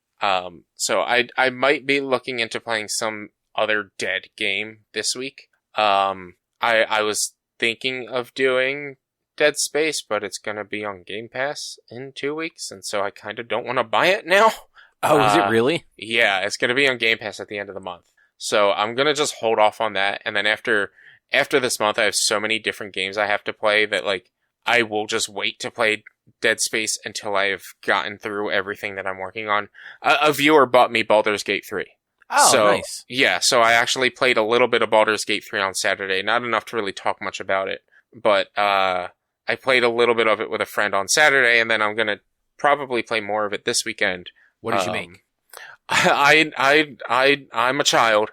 I made a halfling monk so I can punch things in the dick. That's fun. Yeah. I went with the elements monk, so I'm a bender. I'm the avatar, basically. Nice. Yeah, and show. It's a great show. The first season was mediocre. Get through the rest of them. It's great. I don't want to. But I am gonna do a solo playthrough. Drew, guess who I'm gonna bring for my solo playthrough on stream? Or not? I don't know. By bring, I mean guess who I'm gonna make as a character. Sora's gonna finally complete a campaign. Oh shit! Yeah, I'm gonna make my Dragonborn from our original D&D campaign. Are you going to be a bard or a rogue? It'll be a bard. It'll be a Okay. bard. I'll stick with bard. So it'll be a College of Lore bard because they don't have any of the additional classes. They just have the base classes. So it'll be a College of Lore bard, blue Dragonborn. Yeah, I'm excited for it. I will still try to stick with like doing some like dual wielding and whatnot. Hoping I can. They don't let you roll for stats. It's like more of a like sort of point buy. They give you X amount of points total, and you have to just just fill out your stats that way. So I'm not going to be able to have the exact same stats as Sora, but I'm still, I'm like, yeah, I'm definitely going to do this. Sora finally gets to complete a campaign. And then I have plans with the same friend that I started playing on Saturday with to start another campaign with them and a friend of theirs. So that this way, if all three of us are available, we can play that campaign. But if it's only the two of us are available, we can play the original campaign. And then I'll have my solo campaign. And I'm just like, man, this is a lot of Baldur's Gate. That is a lot of Baldur's Gate.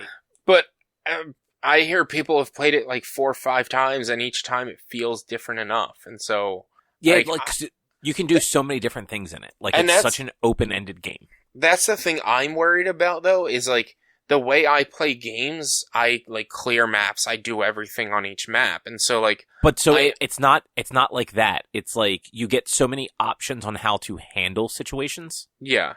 And there's not every quest is always available. Like quests will just basically time out if you go and rest. But sometimes you have to rest to be able to do another quest. Yeah. So like it's very much like it is really like playing a game in real time. Yeah. So it's going to be interesting to see how this goes. I'm excited to play that. I was looking forward to getting that at some point, and what was it? Thursday night?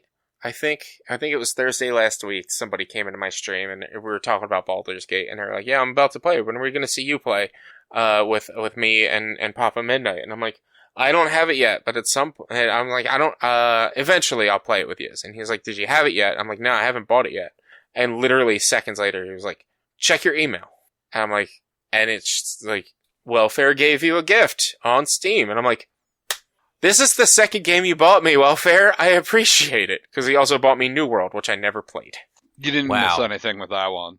I think I think Welfare and Papa Midnight stopped playing New World. I think immediately everyone after they stopped playing New World. But like they bought the it. Amazon one, right? Yeah. They bought it for me recently. I guess there was a bunch of fixes and a bunch of people were getting back into it. But they stopped playing it. Like pretty much when he bought it for me, they stopped playing it. Oh, that sucks. Yeah. What subclass was Sora?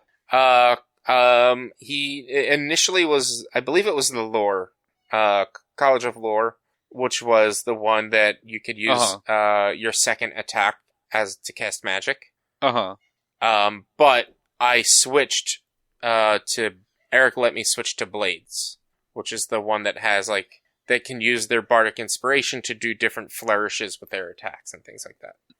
College of Sword? Sword, yeah, that's what it is. That's in Baldur's Gate 3. It is College of Swords in Baldur's Gate. Yeah. Then I might go with that. I like that. I liked that college. Yeah, like, I know not everything from 5e is in there, and sometimes it's weird about it's like, oh, well, it has this thing from the player's handbook, but not this thing, and it has this one from, like, Xanathar's, but Swords is in there. Yeah, like when I made the monk, they only had the original 3 from the monks, and so like I wanted to do the I don't think it was a Xanathar's. It might have been a Tasha's monk, where like you can punch people to health, and I wanted to do that one if I'm gonna play a monk, because I just love the idea of punching people and healing them for 1d4 damage, or using all of your key points to bring someone back to life by Mr. Miyagiing them. Like, I just love that idea. But I don't think that one was available, because it was only the, it was the elements, it was the stealth, and it was, like, the other one. The one that gets, stunning strike or whatever. I can't remember. Mm-hmm. Yeah, it's weird, because, like, the monk is the basic 3, but then, like, ranger is Beastmaster, Hunter, and Gloomstalker. That's, like, which Gloomstalker was Xanathar's. Like, why would it be Beastmaster, Hunter. What was the third one from? Oh, was it? What was the third? I don't even remember if there was a third in the basic. There was. Maybe that's... No, it was... There had to have been a third ranger. There was 3 of everything. 3 of every... No. With the exception of Wizard. Also, Sorcerer is only 2. Oh, right. It was... Sorcerer had Draconic and Wild Magic. Yeah. And then Wizard and Cleric had more than 2. Yeah. Or 3. Like, they had, 5 or 6. Yeah, they had one for each basically, well, Wizard had one for each school of magic, and Cleric basically had one for each level of the Pantheon, basically. But yeah, that's been my week, but that's been, Dead Island. Don't play, if you play Dead Island, you don't have to bother with with Riptide. I don't think it actually matters. And from what I'm hearing, Dead Island 2, kinda sucks. I've heard that too. Which is unfortunate, because I was looking forward to that game. But it's only available on Epic or PC, or PS, PlayStation / Xbox. So, I'm not getting it, because I know the people that I would be able to play it with are only going to get it if it comes to Steam, and so I'm not going to be playing with anybody, and I've just had my fill of Dead Island. So I have to figure out a new Dead game to play for a few days over the next couple of weeks. I'll find one for you. I could do the original Dead Space. I mean, that's true. I think that is on Game Pass, isn't it? I own Dead Space, the original Dead Space and Dead Space 2. That's also the unfortunate thing, is we might not do Left 4 Dead anymore either, because of the whole doxing situation. If the servers are that bad, I'm not going to want to do that. So, understandable. I'm at this point, my Dead October might be over, unfortunately, because I'm running out of Dead games to play. I just Googled games with Dead in it. There's a lot of them. There are, but there's not a lot of them that I own. That's a you problem, not a Dead problem. But yeah, anything else you want to say about those games, Rich? No. Right, I'm going to share another image, because I have one of the Discords I'm in, people keep posting these, and they're fucking hilarious. And they're real. These are real. Oh my god. Are they all by the same person? I think so, yeah. Apparently she's done at least 4 of them. These are books? So, yeah, they're books. Yeah, so because this is terrible audio content, there's apparently an author who writes books about erotic books about the coronavirus. The tagline for what I think is the first one is, she was supposed to cure the coronavirus. Instead, she fell in love with it. And just, what in the fuck? But anyway, I've watched a bunch more One Piece since the last time I talked about it. Nice. I'm up to we're into the 450s now. We're in what's known as the What's Everyone Else Doing arc. Cause where I'm at right now, Luffy has been separated from everyone for, I don't know, 50-ish episodes. Sorry, I had to sneeze, so I muted myself. But yeah, so I managed, we got through, or we got up to and through the Impel Down arc, which is one of the bigger things that happen in the first half of the series leading up to the time skip. So all of the Straw Hats got separated, by one of the major kind of adversaries they have, who has the power to just literally send people flying to other parts of the world. So they all got scattered around the world, and we've basically just been following Luffy since then. As he finds out that his brother has been captured and is on trial or not even on trial, on limited time to be executed, because he's first lieutenant or whatever to one of the most notorious pirates that are still out there. So this whole thing, it starts with him literally, breaking into a prison to try and break his brother out, and then setting the entire prison free. So that was fun. But it brings back a bunch of characters from hundreds of episodes ago. Characters that you almost forget even existed. There was actually one that they kind of made a big deal out of his reveal. And Erica and I both looked at each other, we're like, who the fuck is that? And then they did the show a clip of him from the previous time. It's oh, he's that guy. Right. That was episode 92. Why the fuck would I remember him?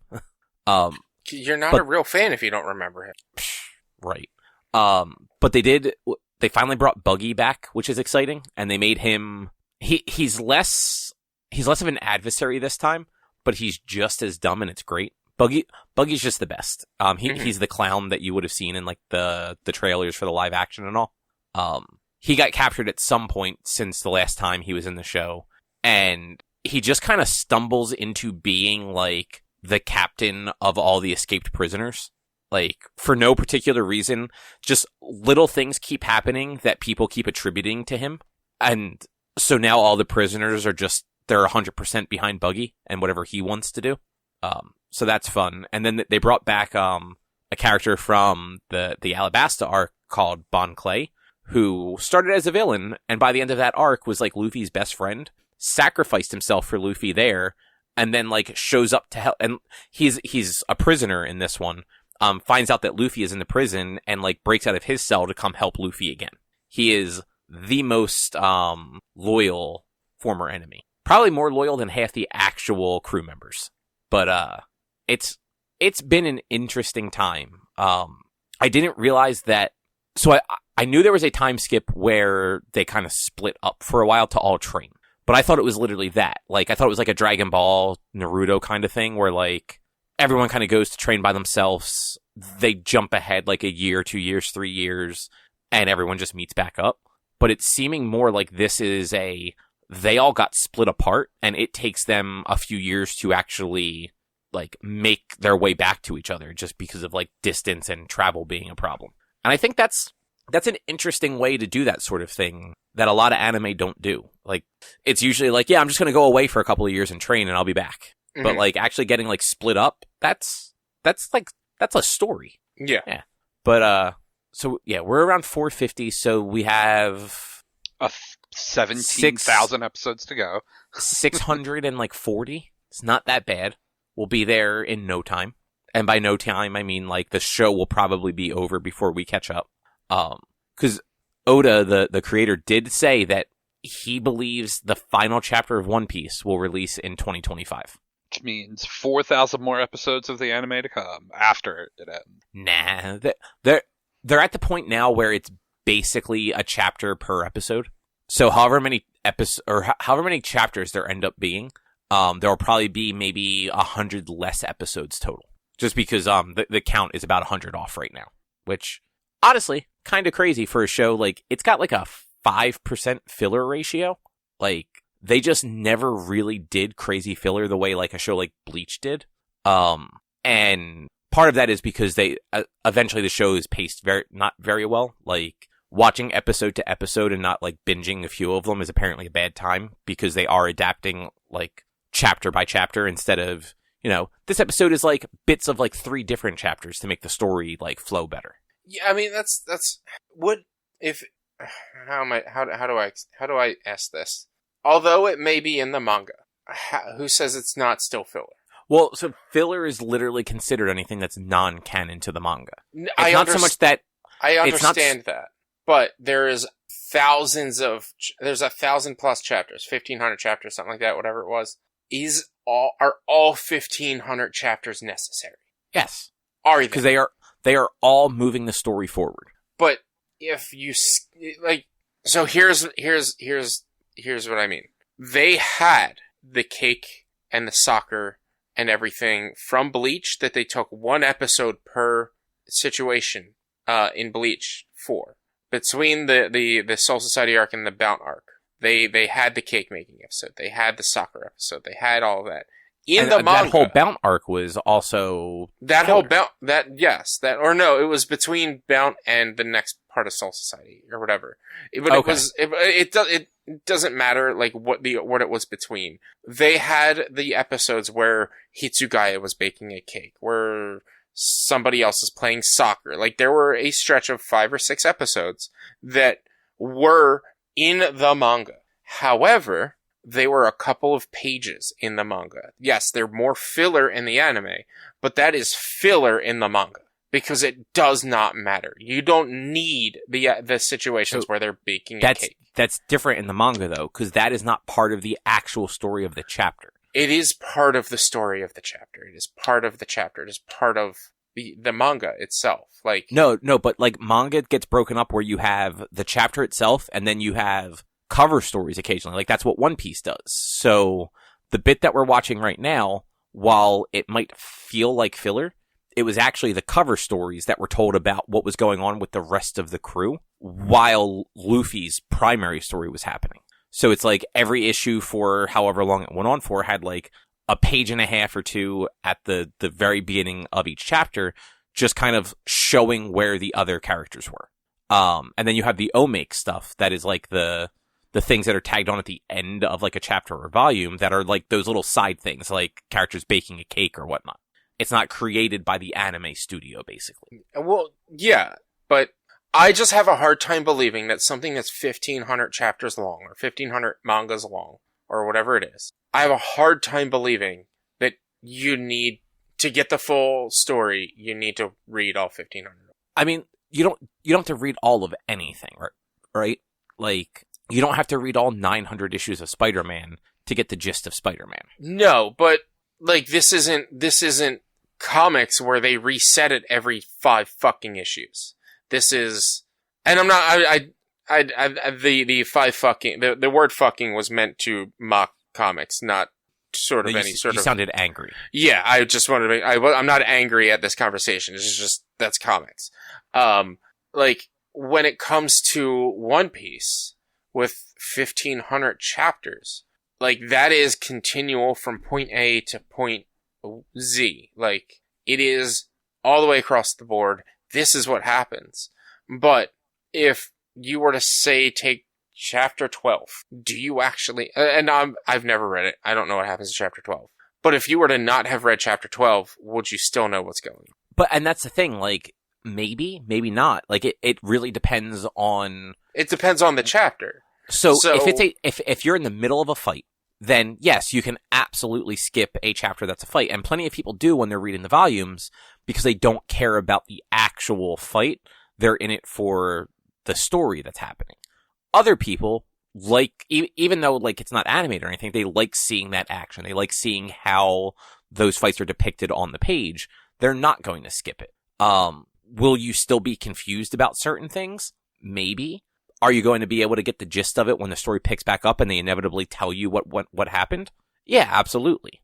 But, like, that stuff's not necessarily filler. It's just, it is a limited number of pages, too. Like, most of these chapters are under 20 pages. But you're picking a specific thing like a fight. I'm just saying, in general, you can't tell me that after 1,500 chapters, there's not, like, 5 here or 10 here that like, oh, you can skip those. They're bad and it doesn't really matter. So I don't think you could skip 10 chapters in a row. 10 chapters total? Absolutely. But because of the way that manga is serialized, like, it is always moving the story forward. If you skip chapters, it's not like the anime where you get recaps all the time. Like, you're just not going to know what happened. And but manga has a bad habit of having a lot of things happen and jumping around too much. Like, all manga has a bad habit of that. Mm-hmm. Like, I have no fucking clue what's happening in My Hero right now. I'm completely caught up. I don't know who's fighting who. I don't know what's going on. Like, this whole last arc has just been a fucking disaster. I mean, the last arc is fucking Dragon Ball Z 100%. I haven't read it, but I know it takes place over the course of 2 fucking days. Like, it's Naruto, Great Ninja War, fucking Dragon Ball Z. It's worse than the Ninja War in some ways because that thing took place over that amount of time and Naruto was basically involved in all of it. Yeah. This has at least been, oh, well, here's like 10 chapters focusing on this fight that's happening at 2:00 in the afternoon. And then here's another 10 chapters focusing on this fight that was also happening at a different place at 2:00 in the afternoon. Like, There's a bunch of moving parts all happening simultaneously. So it's a little more, you can accept that a ton of things are happening in the span of like a short time. Yeah. But the problem is, like, while I think, and like this is off topic, but while I think like the My Hero story is good and interesting, and even what's going on now, like the story part of it, interesting. The artwork is terrible. Mm-hmm. Like, I have no fucking clue what's going on ever. I can never remember the creator's name. He draws really good, like, normal moments. His action is horrendous, though. Everyone looks the same. You can't really tell what's going on. there's too much shit on the screen. You never get like a proper full size image of anybody, so it's always like people cropped and close ups, and it's like, I don't know who this is. They both look identical. I'm not sure who's winning, and like it makes reading those chapters a lot not much fun. Mm-hmm. Like at this point, I'm just kind of reading it because I just want to see how it ends. Yeah, I want to see who dies and who doesn't. That's all. Just tell me who dies and who doesn't. Yeah. But like One Piece, the action's actually not bad. It's not as good as Dragon Ball. Dragon Ball definitely has the best action drawing in manga. Like even 40 years later, like every line that Toriyama did like went to benefiting whatever was going on the panel. Like it's insane. But yeah, One Piece is fun. Nice. We're going to try and be caught up by the time it ends. Make sure just to be caught up by the last episode. Like that's been always like something I always strive for when I do like a rewatch or a watch. I'm like, you know what? The last episode is supposed to air this day. I want to watch every episode up until that last episode. Like when I first watched Critical Role, I didn't start watching them until after their first campaign ended. Or like I started watching them just as maybe the first campaign was ending or something like that. I made sure to be ready to watch campaign 2 when it came on. Like I was like, I want to have I planned it out. I was like, every day or two will be this one or two episodes and blah blah blah. And I was like, all right, I can be caught up for campaign 2 by the week before campaign 2 starts. And I think you did, right? Yeah, I was caught up. I watched everything before campaign 2 started. Yeah, like while it would be fun to be caught up, it's a lot, and we're not very consistent with it. Like the last like month or two, we've been watching it pretty regularly, but then there are times where like we won't watch an episode for maybe like 3 months, and then we'll watch it very consistently for a while, and then not watch it again for a while. So I feel like if we consistently watch, like 2 or 3 episodes a day, we would catch up in no time. But that's just not what happens. Like, that's fine. Like, forcing ourselves to watch it if we're not in the mood for it it's just going to make us not want to watch it. Especially because it is so long. Yeah. But it is also just, it's a delightful fucking show. They do such good callbacks in it too. Like I was saying, like they brought back a bunch of characters from hundreds of episodes before while also introducing like a bunch of interesting new characters. And like made you care about some of those characters within the 10 episodes or whatever that they were really around for. And like, that's pretty impressive for a show that's at this point 450 episodes in. Yeah. Cause like, I don't know. Did Naruto really introduce anybody, by like the 300 episode mark that mattered? No, they just changed series. So then introduced new people that mattered. I guess I should have said that did Shippuden do it since that one ran for 500. No, because again, Naruto was honestly, I feel like Naruto, no, Bleach was the worst when it came to fillers. Oh yeah. So not by much. I actually saw, a video on like Twitter.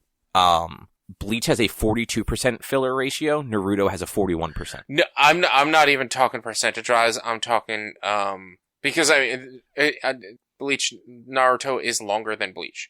Like, Shippuden is longer than Bleach. That's true. I'm talking placement-wise. Literally, you have the fight between Hollow, Ichigo, and Ulukria, and then it goes to a 5 fucking episode filler arc. Like, he slashes Ulukria in half as a Hollow, and it says to be continued, and then there's 5 episodes of filler in the middle of a fucking fight. Well, and I'm pretty sure, didn't the Rebellion filler arc happen in the middle of that whole thing too? Or was that the one after? There were a lot of arcs that took place in the middle of the ending of the show that like was like, oh well, now I know that this is all like spoiler basically, because it's like, oh well, this character's not going to die, that character's not going to die, because they're all in this arc that takes place after the battle, because they even say this happens after the battle. Like, well, what are you doing? What are you doing? Like, it was so bad. Yeah, I mean, Naruto wasn't very good about that stuff either, though. Like during the end, during the war, like every time it did filler, it was very bad filler. Yeah, Naruto was rough with filler because it was they really overloaded the war with a lot of filler is what it wasn't.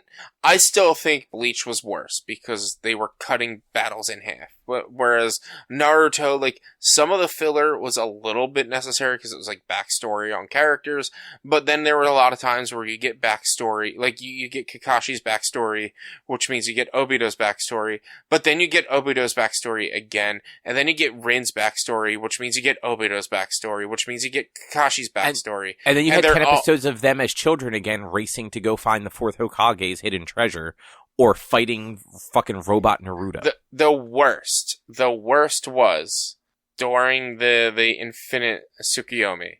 Tsunade's dream was. Oh yeah, dream. No, all of those were very bad. They were all bad, but Tsunade's was the worst because her dream was a dream that it was a peaceful world and nothing was happening. So her dream was her reading a book. So it was a dream within a dream. Yeah. Yeah. But I think that'll probably do it for tonight, though. It's getting late. Yeah. All right. Well, in that case, if you would like to find any more of our content, you can head over to www.one-quest.com. You can also help us out by supporting us at patreon.com/onequest. If you can't support us at $8, though, you can go to your favorite podcast platforms, Apple Podcasts, Google Podcasts, Spotify, all those fun places. Rate us, review us, subscribe to us. It all helps. We're also on social media, facebook.com/onequestonline or at @1_quest on Instagram and Twitter. YouTube is youtube.com/onequestvideo. And you can always send us emails to social@one-quest.com. And Rich, what's your streaming stuff? Check me out on twitch.tv/B_walnuts, where I get doxxed all the time now. I'll be playing, honestly, I can't really say what I'll be playing, because I don't know if I'm going to stick with my theme for the month because of everything Baldur's that's happened. Gate of the Dead. Baldur's Gate of the Dead. Yeah, maybe. Also I can say is this coming Saturday. We're recording on the 18th. This comes out on the 19th. So what is that? The 21st, right? That's Saturday? Am I doing math right? Yes. This Saturday, the 21st, starting around 7, 8 o'clock Eastern time, I will be playing Demonologist because we got 30,000 channel points redeemed in the first 15 days of the month. So I'm going to poop my pants. I'm going to have all the lights off. I'm going to play a really spooky game with some people who also like playing spooky games where we have to hunt demons in houses and survive. It's going to be great. Come check it out. Good times. Yes. Good times. And with that, we will be back next week with something else to talk about. Thanks for listening. Bye. See you. Bye.